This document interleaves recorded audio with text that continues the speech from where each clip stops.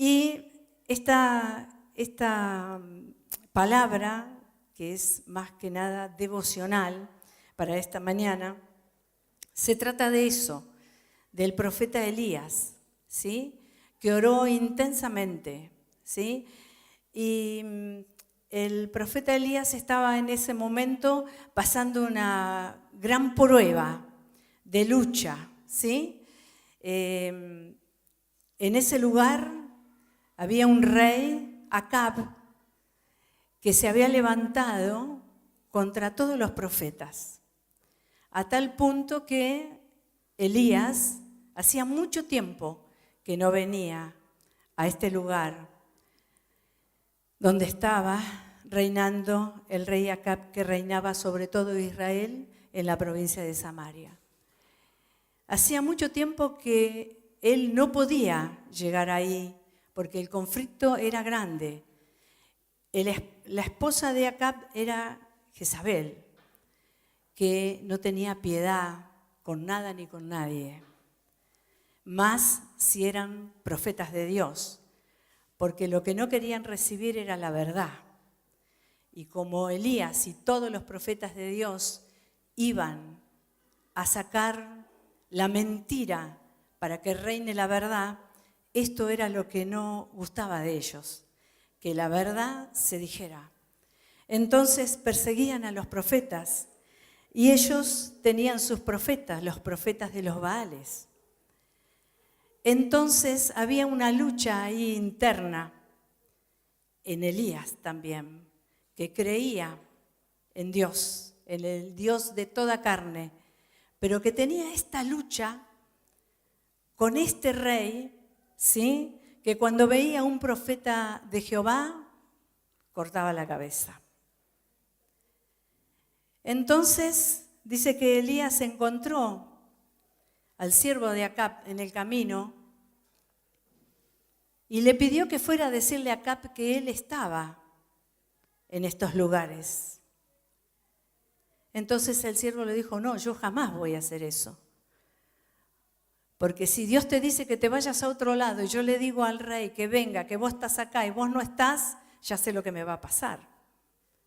Así era el tema en ese lugar, de temor, de temblor, ¿sí? Para los que creían en Dios. Entonces, en ese tiempo había mucha sequía, hacía mucho tiempo que no llovía. Y Elías se presentó delante de Acab. Tuvieron esta conversación. Y Elías le dijo que si él oraba, iba a llover. Dijo Acab, yo tengo mis profetas. Bueno, que vengan. Elías estaba solito. Yo tengo mis profetas que van a clamar a los dioses con minúscula. Y ellos harán llover sobre la tierra. Entonces Elías dijo, que vengan. Se quedó esperando y llegaron los profetas de los Baales. Y ellos hicieron holocausto también. Ofrecían sus cosas a sus dioses. Y ahí estaban en esto que Elías los miraba a ver qué pasaba con esos holocaustos y con esos dioses. Y así comienza esta historia. En Primera de Reyes 18, vamos a leer el versículo 26. En el nombre del Padre, del Hijo y del Espíritu Santo.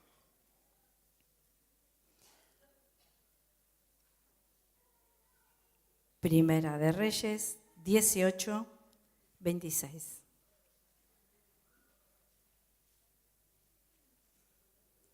Y estos profetas de dioses menores, dice así la palabra, lo que hicieron. Y ellos tomaron un buey que les fue dado y lo prepararon, e invocaron el nombre de Baal desde la mañana hasta el mediodía, diciendo: Baal, respóndenos. Pero no había voz ni quienes respondiese. Entre tantos, ellos andaban saltando cerca del altar que habían hecho. Y aconteció al mediodía que Elías se burlaba de ellos, diciendo: Gritad en alta voz, porque Dios quizás está meditando, o tienen algún trabajo, o van de camino, o tal vez duermen y hay que despertarle.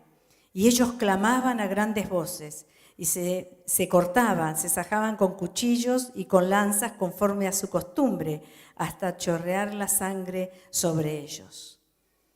Versículo 30. Entonces dijo Elías a todo el pueblo: acercaos a mí. Y todo el pueblo se le acercó. Y él arregló el altar de Jehová que estaba arruinado. Y tomando Elías 12 piedras conforme al número de las tribus de los hijos de Jacob, al cual había sido dada palabra de Jehová diciendo: Israel será tu nombre, edificó con las piedras un altar en el nombre de Jehová. Después hizo una zanja alrededor del altar en que pusieron 2 medidas de grano. Preparó luego la leña y cortó el buey en pedazos y lo puso sobre la leña. Y dijo: llenad 4 cántaros de aguas y derramadle sobre el holocausto y sobre la leña. Y dijo: hacedlo otra vez, y otra vez lo hicieron. Vamos al versículo 36. Cuando llegó la hora de ofrecerse el holocausto, se acercó el profeta Elías y dijo: Jehová Dios de Abraham, de Isaac y de Israel, sea hoy manifiesto que tú eres Dios de Israel, y que yo soy tu siervo, y que por mandato tuyo he hecho todas estas cosas.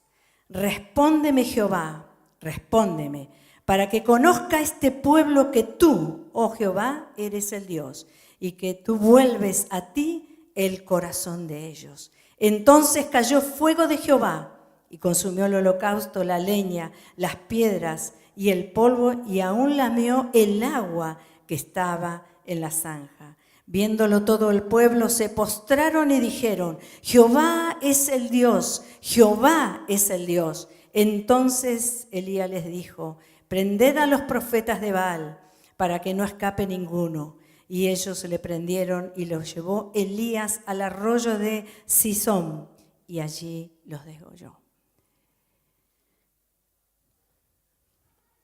Vemos cómo Elías clamó y cómo también él estaba tan seguro de que el Dios de Israel iba a responder su clamor. Pero hay una cosa muy especial en uno de estos versículos, que es en el 30. Y dice: entonces dijo Elías a todo el pueblo: acercaos a mí. Y todo el pueblo se le acercó. ¿Y qué pasó? Y él, Elías, arregló el altar de Jehová que estaba arruinado. El altar a nuestro Dios se puede arruinar tanto con el pecado grande, porque dice que no hay pecado ni grande ni chico. El pecado es pecado. Con una mirada, con una mala intención, con una contestación no conforme ni a la voluntad ni a la palabra de Dios, y como ya dije, también con una mala intención. Es necesario que nosotros, cada momento de nuestra vida, arreglemos nuestro altar. Porque nosotros pedimos perdón y el perdón sube al trono de gracia, y por la sangre de Cristo derramada somos perdonados. Pero también tenemos que arreglar toda nuestra vida. Tenemos que arreglar el altar. Tenemos que arreglar el momento de la oración. Tenemos que, como dijeron los hermanos, vinimos encendidos. Y la verdad, vinimos encendidos, pero porque también nos dimos cuenta de esto, que nuestro altar, por más que estemos y seamos siervos de Dios, muchas veces no está arreglado. Y esto nos manda el Señor. Porque Elías, antes de orar, antes de pedir, antes de clamar, arregló su altar. Arreglar el altar también es dentro del seno familiar. Arreglar el altar significa que, como también dijeron los hermanos, andar conforme a la palabra de Dios. Arreglar el altar tiene que ser siempre, siempre lo primero para nuestras vidas. Y ayer el pastor, nuestro pastor, nos hizo leer mucho de la palabra, donde habla de esto, de cómo ser un cristiano, porque si bien era de oración, y que de orar tenemos que orar siempre, como dijeron y que digo yo también, orar somos todos oradores, porque conocemos a Dios. Él hablaba también de ser obedientes, de ser sobrios, ¿sí? De estar en la palabra de Dios siempre, en todo tiempo y en todo lugar, donde a veces cuesta, como le pasó a Elías en este momento. ¿Cuánto habrá luchado en su interior? Porque él no quería acercarse a ese terreno, no quería venir y enfrentarse a Acat, porque ya sabía el problema que había entre ellos. Sabía que el acercarse a Acat era muerte, que es el enemigo mismo que se levanta contra los hijos de Dios. Y que nosotros hoy, aún hoy, padecemos también de esto. Pero también aprendimos que nosotros, resistiendo al enemigo, que nosotros estando firmes, porque firmes, ¿sí? Como decíamos ayer, como decía el pastor, ser firmes es ser columna de la iglesia. Ser firmes es ser columna en nuestro hogar. Ser firme es hacer todo aquello que le prometimos al Señor. Por eso la palabra dice, no te tardes, ¿sí? En hacer aquello que le prometiste al Señor. Estar firmes. Estad firmes. Resistir. ¿Cómo resistimos?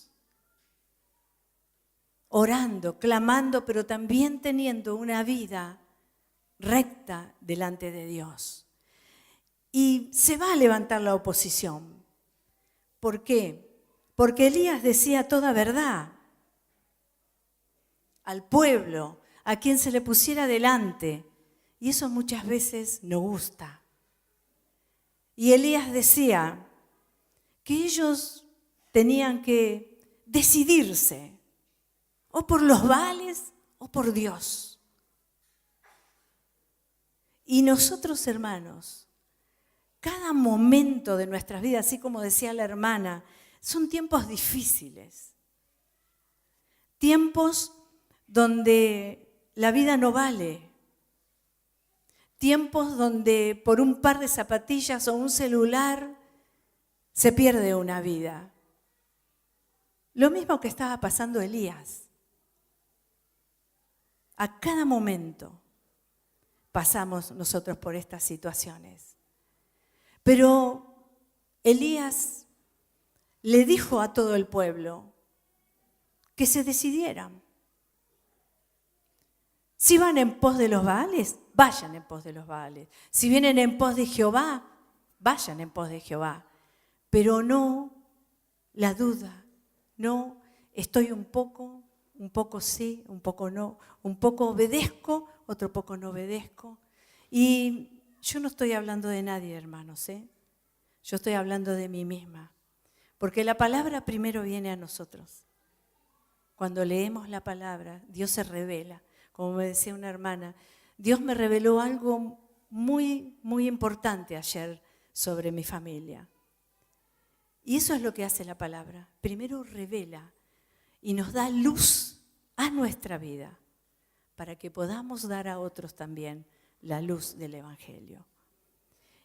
Y él dijo, Elías decía todas estas verdades y no gustaba. Pero nosotros tenemos también las armas que nos ha dejado Dios. Resistiendo, orando, clamando, ¿sí? Haciendo súplicas, golpeando las puertas del cielo, insistiendo en que aquello que pedimos lo vamos a recibir. Creyendo que aquello que estamos pidiendo lo vamos a recibir. No como hice yo, que pedí y después como que no creí y solté, ¿sí? Sino clamando día a día. Pero Dios es tan misericordioso que se revela a nuestras vidas. Por eso tenemos que creer, hermanos, ¿sí? Creerle a Dios, lo que dice en su palabra, las promesas que hay en su palabra. Él dijo que te va a sanar, te va a sanar. Ayer estábamos hablando con una hermana que tiene una situación en la familia que pareciera como que ya no hay vueltas en el tema de la salud, ¿sí? Pero hasta lo último el Señor nos prueba. Hasta si tenemos que ir a una operación, hasta en la camilla, Dios se va a revelar. Si tenemos que hacer algo, pedir perdón, hasta que estemos delante de la persona, hasta ahí el Señor se va a revelar. Cuando nosotros decimos, y voy a ir solo, porque esto le pasaba a Elías, cuando le dijo al siervo, ve y dile a tu rey que presentarse, ¿para qué? Si con él iba un ejército, el ejército de Jehová, que lo iba a defender donde quiera que vaya. ¿Sí? Pero Dios habla también a través de otra persona. No, yo no voy a ir, le dijo al rey, dijo. No. Tuvo que ir, tuvo que enfrentar, tuvo que ir hacia ese problema para arreglar el altar, porque esto también sucede con nosotros, ¿sí? Como les vuelvo a repetir, la palabra primero nos habla a nosotros, ¿sí? Los que damos la palabra, los que leemos la palabra, a nosotros los hijos de Dios, ¿sí? Él sabía que tenía que arreglar el altar. Simbólicamente está escrito acá del altar, pero el altar hay que arreglarlo continuamente. No hay que dejar pasar nada. No hay que dejar pasar nada. Y dice que Elías los aprendieron, dice la palabra, a todos los profetas de los Baales y se los llevó al arroyo. Y allí él hizo lo que iban a hacer con él. Cortó todo pecado que había aún en el pueblo. Por ellos, porque hablaban mentiras al pueblo, engañándolos, porque no eran profetas de verdad, eran profetas de hablar mentiras. Entonces, todo eso hay que cortar. Si nosotros sabemos que hay algo al lado, al otro costado, adelante de nosotros, cortemos, porque cortando empezamos a acomodar, a arreglar nuestro altar. Y termina diciendo, ya comenzando el capítulo 5, que llovió. O sea, que Dios no lo avergonzó. Lo que él declaró, Dios se lo dio. Arreglando, enfrentando y acomodando. Vieron que dice, puso las piedras, 12 piedras que pertenecían a cada tribu de Jehová, acomodando, arreglando y después cortando, sacando todo aquello que nos hizo retroceder. Hermanos queridos, este es el día y esta es la hora para poner todo delante de Dios. ¿Y saben una cosa? Que a todos nos pasa esto. porque aunque sea mínimo, el Señor nos quiere transparentes de todo, de aquello que hablamos, de aquello que no toleramos. Yo siempre le digo a las hermanas y confieso que me cuesta muchísimo esta lucha que tengo con mi mamá, pero yo soy la responsable de dejar o de tomar. Pero tengo un temor que un día el Señor me pregunte por qué no hice tal cosa. Así que, hermanos, yo también con esta palabra puse varias cosas en el altar y esto que estoy confesando ahora también, porque el Señor cuando nosotros confesamos nos da nuevas fuerzas. Porque el enemigo no quiere que confesemos nada, porque cuanto menos confesamos, más se levanta Él. Pero poderoso es nuestro Dios, porque el enemigo no es ni sabio ni inteligente, es imitador, solamente imitador. El verdadero, el inteligente, el sabio, el Dios Padre Todopoderoso es uno solo, y es Jehová, Rey de los ejércitos, el que nosotros servimos y el que nosotros seguimos. Amén. Entonces Él revela antes de que sucedan las cosas.